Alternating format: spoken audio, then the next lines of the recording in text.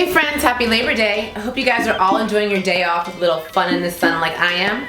I just want to show off my bikini ready body thanks to Brandon Cade, aka Chef 3 Seasons and No Hobo Food. In case you missed it, check out the episode.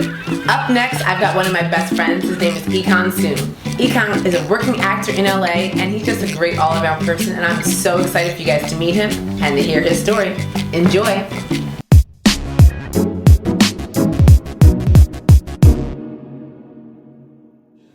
Hey E-Kan, how are you today? Hey, thanks for having me. Of course, thank you for coming. All right, ginger beer. Yes, right, delicious. This is actually my first time having it. You have talked so much about it that I figured. Oh, it's like soda on crack. It's pretty good so far. I know, it's good. Yeah, so tell everyone about yourself.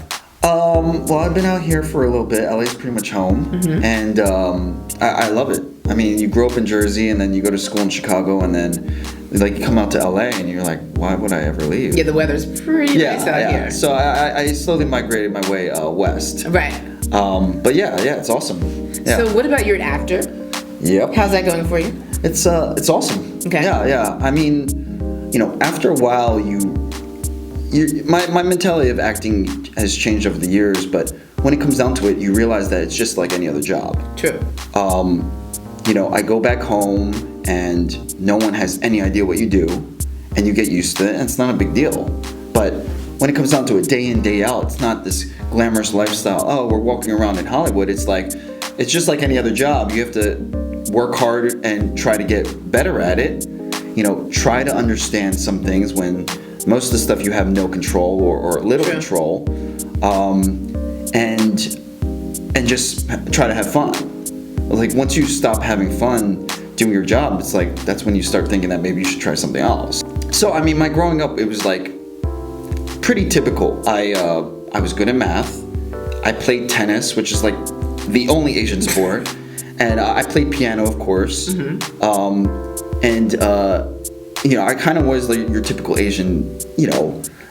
I was like the little kid. I had thick glasses and stuff like that. You're so cute. I just remembered the only time that I had fun in school. I was like fine in all my classes. I got good grades. But the only time that I had fun was goofing off in class. And I watched a lot of TV, and there was something that I didn't think of acting as a job, but I just thought, I prefer this goofing around way more. It's fun. Yeah, exactly. Yeah. The great thing about going to college is I met like my great friend who I moved out here with, Danny Lee, shout out. He works for TV, works for great shows, and we drove my car out from Jersey. Wow. So we had an inkling that we were going to do it towards the end of college, but we had no idea what we were doing. We had no job. We had no idea for stability living. We had nobody out there. I mean, you're a working actor in LA, and that's huge. Yeah. It's a huge feat that you've accomplished. Yeah, I mean, it's one of those things where, in this day and age, thankfully we can create our own content. Absolutely. But when it comes down to it, it's like I said, people don't understand what we have to go through for small roles and going to an interview or audition with, 150 other people. And you're saying, would you like fries with that? Yeah, exactly. And different ethnicities, tall, short, large, skinny, black, white, Asian. And now, whatever. how many Asians do you really see in Hollywood also? I mean, yeah, that's true. I know I could think of maybe 3 men? Male? Like how many? The funny thing is we take for granted how important it is to see other people that look like us. Right. One of the inspirations that I had, I was like, just seeing, and it's funny, like Keanu Reeves. It was like the only one that was remotely similar or reminded me similarly of myself. And my mom thought so, and I was like, I didn't really think about it, but I was like, it meant something, even as small as it was back then. Yeah. It meant something to me. And looking back on it now, where we have a lot more Asian actors, a lot more different ethnicities on TV, where people growing up, I can't imagine what would it be like if I had more of that growing up. Yeah, maybe absolutely. I would have started acting earlier. What's your favorite Keanu Reeves movie? It probably has to be The Matrix. It probably has to be the first Matrix. I think I'm gonna have to go with Speed.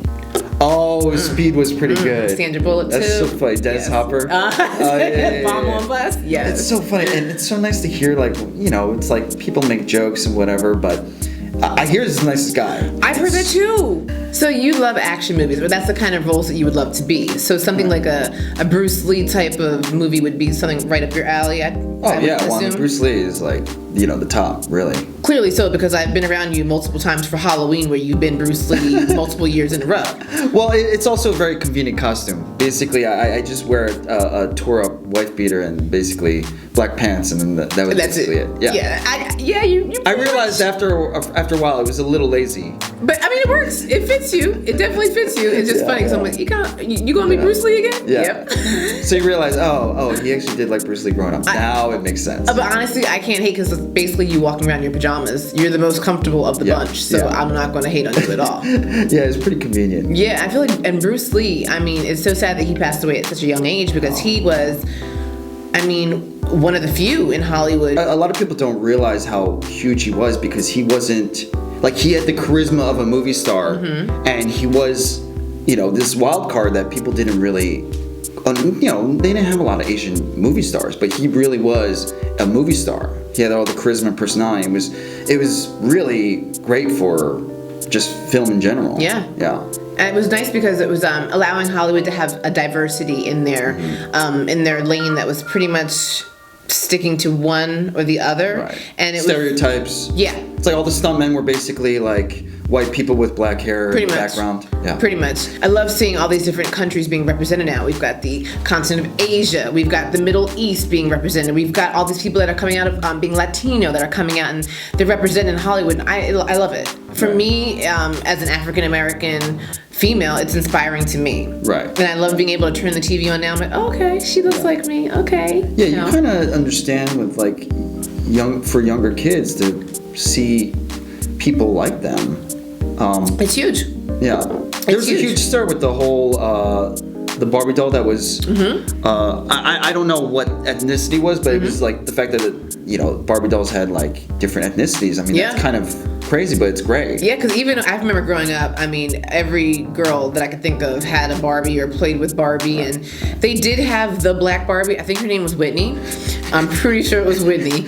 And she was, I mean, she got some love, kind of. Like, she'd be on the back shelf, like, you had to, like, push through to get to her. And now you're actually, yes, I go to Disneyland every once in a while, and when you're in Disneyland, you're actually seeing little girls wearing little Princess Tiana outfits. Right. Little girls who aren't black are wearing Tiana outfits, and I love that. So as compared to 10 years ago, sure, the roles have gotten better, right?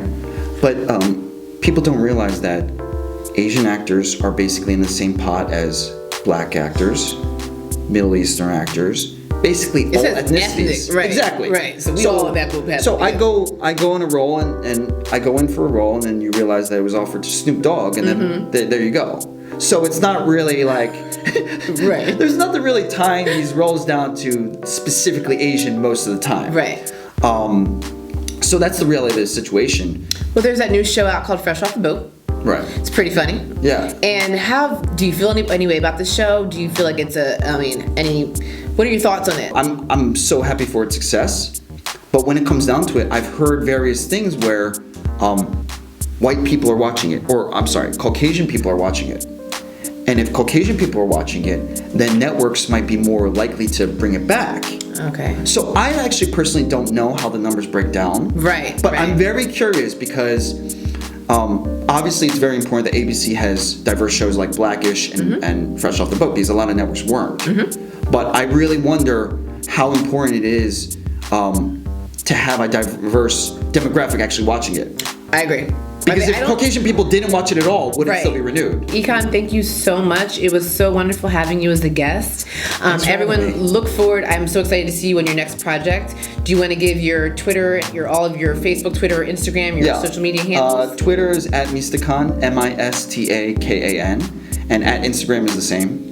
And Perfect. And I look forward to seeing you soon, EKan, because every time I turn the TV on, I'm like, there goes EKan. Here he goes again. Here he comes again. And I love it, and I'm so happy and I'm so proud of you. Thanks. Thanks. Appreciate it.